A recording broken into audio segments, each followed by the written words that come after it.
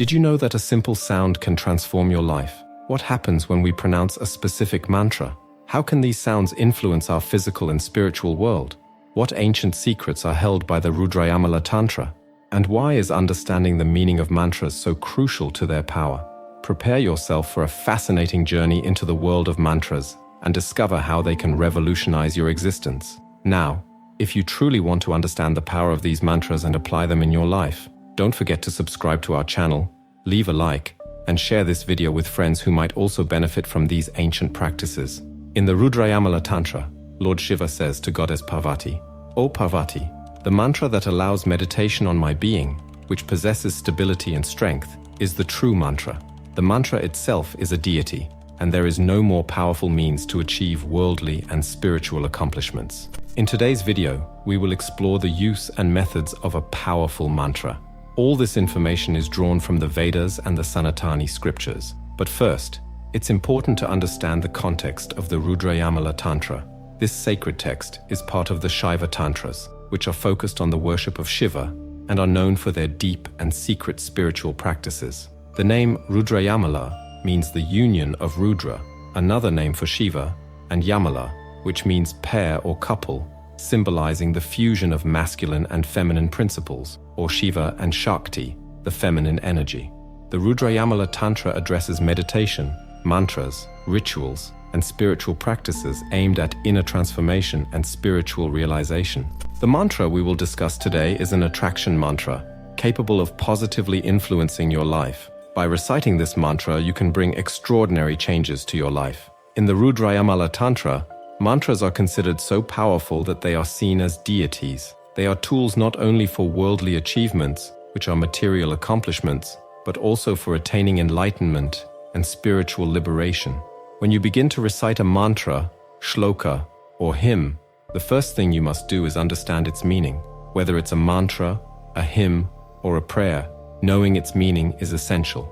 Otherwise, the mantra will not be effective. It will have no power. There is a significant reason for this. All mantras of the gods and goddesses are divine and are connected to the supreme power. As mentioned in the Vedic scriptures, reciting a mantra without understanding its meaning is ineffective. Now, what is special about mantras, shlokas, and hymns that makes them so powerful? Does the way we pronounce these words really make a difference? What happens when you recite a mantra without understanding its meaning? How can the recitation of specific mantras attract divine blessings and protection? Let's explore more deeply why understanding the meaning is so crucial. Mantras, shlokas, and hymns are not merely words or sounds. They are vehicles of intention and spiritual energy. Each syllable in a mantra, for example, is charged with a specific vibration that, when recited correctly, can harmonize the mind and body with higher spiritual frequencies. Reciting a mantra with full awareness of its meaning amplifies its effectiveness. Knowing this can transform your meditative practice, making it a deeper and more connected experience. Shlokas are more than poetic verses. They are repositories of ancient wisdom. By understanding the meaning of a shloka, you not only recite words but also internalize teachings that can transform your perspective and actions in daily life. Hymns are expressions of praise and devotion. They have the power to elevate the spirit and create a deep emotional connection with the divine. Singing a hymn with an understanding of its meaning transforms the practice into a living prayer, where each word resonates with sincerity and faith. All these practices, recitation of mantras, shlokas, and hymns, have the primary goal of establishing a connection with the divine. According to the Vedic scriptures, mantras are sacred sounds that contain divine power. When recited with understanding and devotion, they can invoke the presence and blessings of the deities, aligning the practitioner with the supreme power of the universe. So, when reciting a mantra, shloka, or hymn, take the time to understand its meaning. This understanding will not only increase the effectiveness of your spiritual practice, but also enrich your inner journey, providing a deeper and more meaningful connection with the divine. After all, the true essence of these practices lies in the union of sacred sound with awakened consciousness. If the mantra does not work, it will not be effective. This is also mentioned in the Sanatani scriptures. Upon reviewing these scriptures, we find many texts where sages clearly state that if you use any phrase without understanding its meaning, it will not bring the desired result. Whether reciting the Chalisa or any other prayer, you must first try to understand the meaning of what you are reciting. The mantra, Om Namo Narayana Sarva Lokan Mama Vashya Kuru Kuru Swaha, is powerful and aims to influence all people. Its meaning is, I revere Narayana, and may Lord Narayana bring all people under my control. Mantras are prayers directed to specific deities, reflecting the devotee's desires. Here, the mantra becomes a sincere expression of the practitioner's feeling, gaining effectiveness quickly.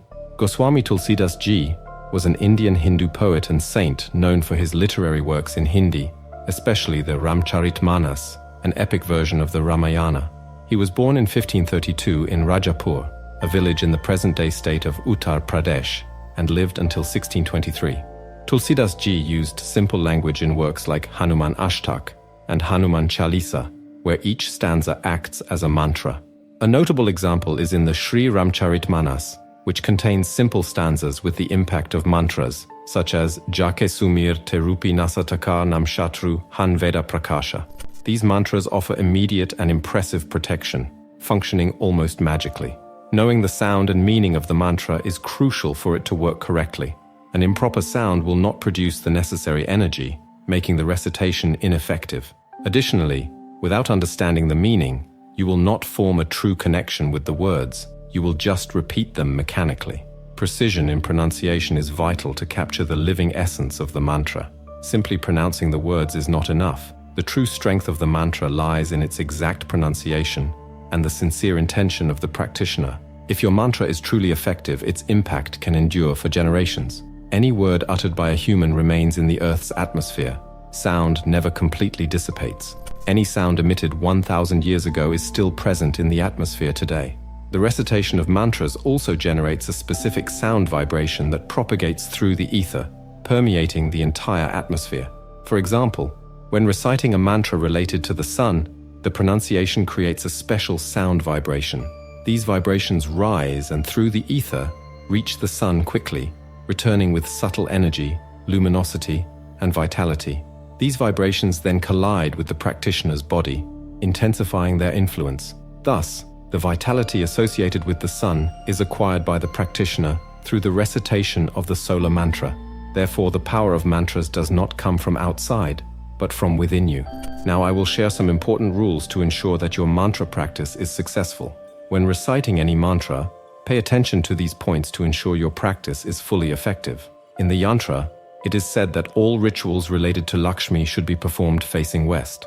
Ceremonies and rituals conducted at dusk and night should also follow this direction, as it is believed to amplify the auspicious energy associated with the goddess. The mantra is activated after 100 daily repetitions for a month, a process that not only requires discipline, but also symbolizes the practitioner's devotion and commitment. At the beginning and end of each session, make 3 reverences. These reverences are a way to show respect and humility before the goddess, acknowledging her influence and power. Have full faith in your effort and believe that success is on the way. Faith is not just a passive component, but an active force that strengthens the practice and connects the devotee with the divinity. During the period of practice, maintain discipline, control of the senses, and concentration. This means not only avoiding distractions, but also abstaining from meat, tamasic foods, and rajasic qualities, which are considered harmful to the spiritual purity needed for the practice. These foods and qualities can interfere with the mental clarity and serenity essential for the success of the ritual. To recite a mantra or practice meditation, you should sit on the floor or on a mat, a practice that facilitates connection with the earth and stabilizes the practitioner's energy.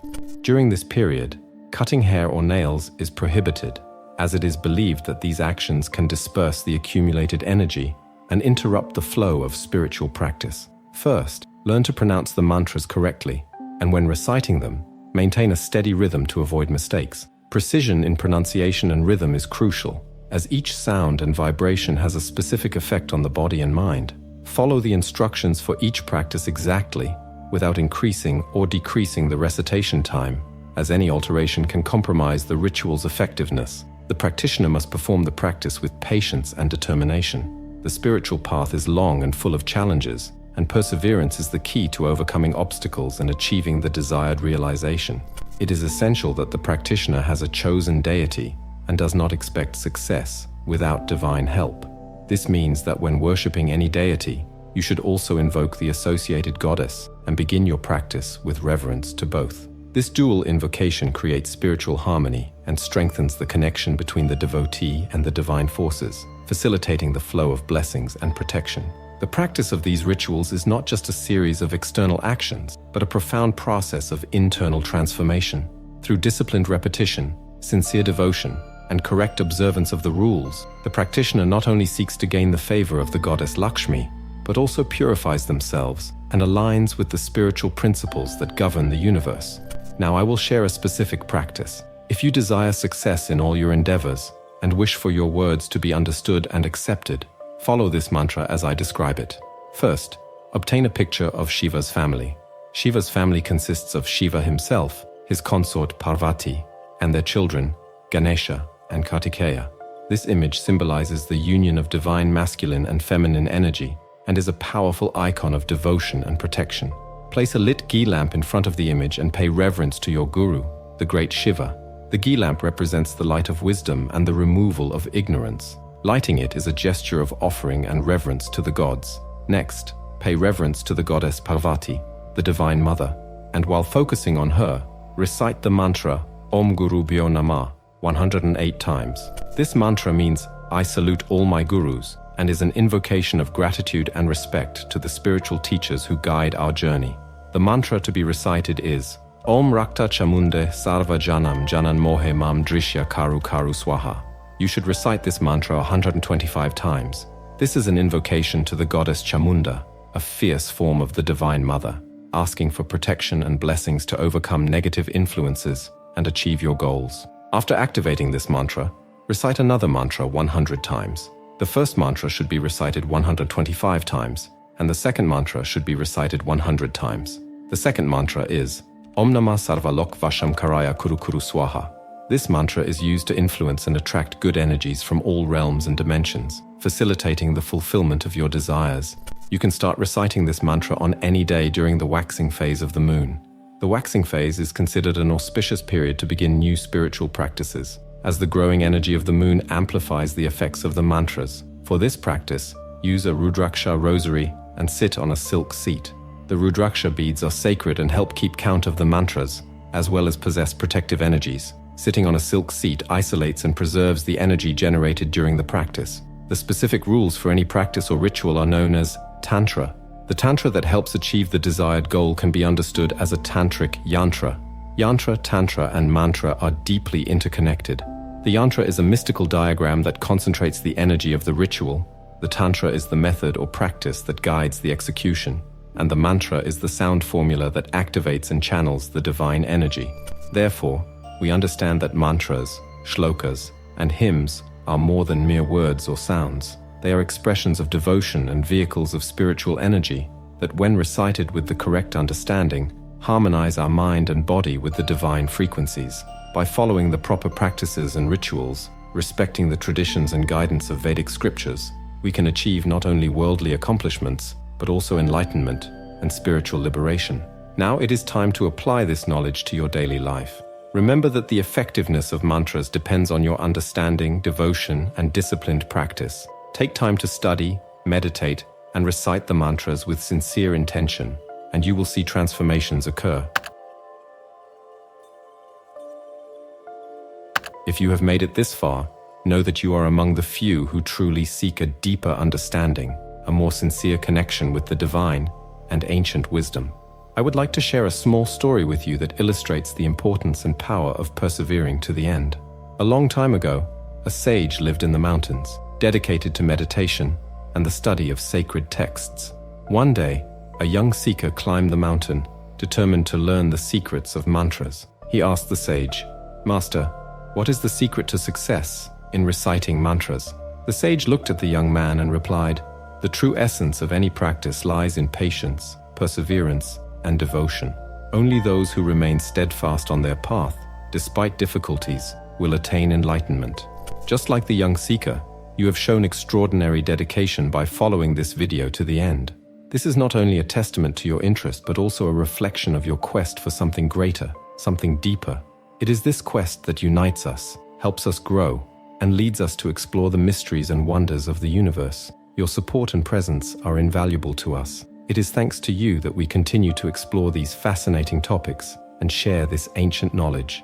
We hope this video has brought light and inspiration to your spiritual journey. So, from the bottom of our hearts, we thank you for staying with us until the end. May the mantras you learned today bring peace, prosperity, and wisdom into your life. And remember, the true magic of the mantras lies not just in the words, but in the intention and deep understanding you bring to each recitation.